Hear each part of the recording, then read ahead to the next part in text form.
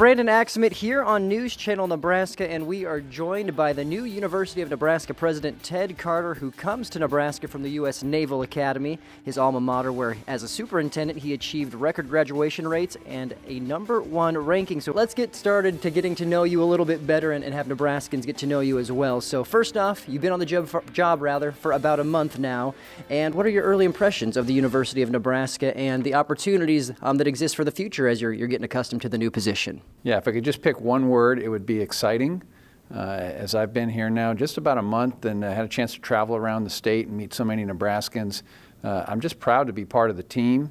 My first impression is just how much Nebraskans care about their university system and all 4 main campuses, how connected they are to the 51,000 students that are in our system and the 16,000 faculty and staff. So my first impression has been one of feeling embraced by the people, but also knowing that there's so much to do out there.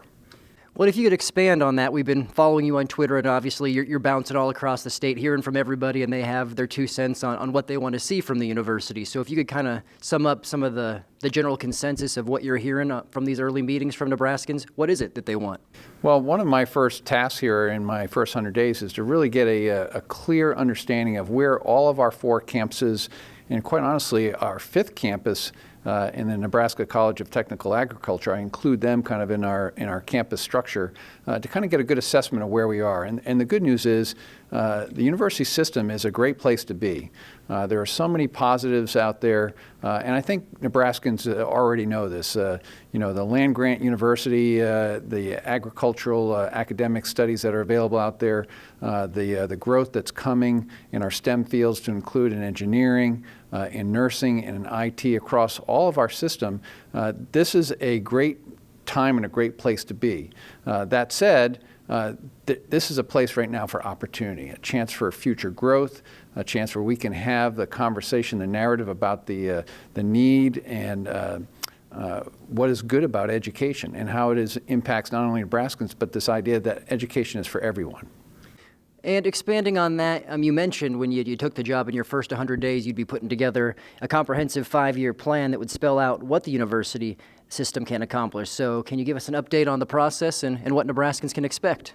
So we're building a team, a collaborative team across all the constituencies, from the Board of Regents to faculty members, faculty senate members, staffs, business development, strategists. And this will be to build a document that'll speak to not only where we are today, but where we want to go in terms of a vision and how we're going to do it and how we're going to assess ourselves. So this will kind of speak to 2 main themes. One is this value of education. There's no doubt as we look over the next 5 years, education past 12th grade is going to be required in about 3/4 of every job community that you might go into. It doesn't matter what it is, even here in the state of Nebraska or across the country. And then the second part is how we're going to define what the success of growth is. So this isn't just changes in student enrollment, graduation rates. This is about how we grow this generation to not only be successful, but how they're going to engage themselves and pick up the right jobs here in Nebraska.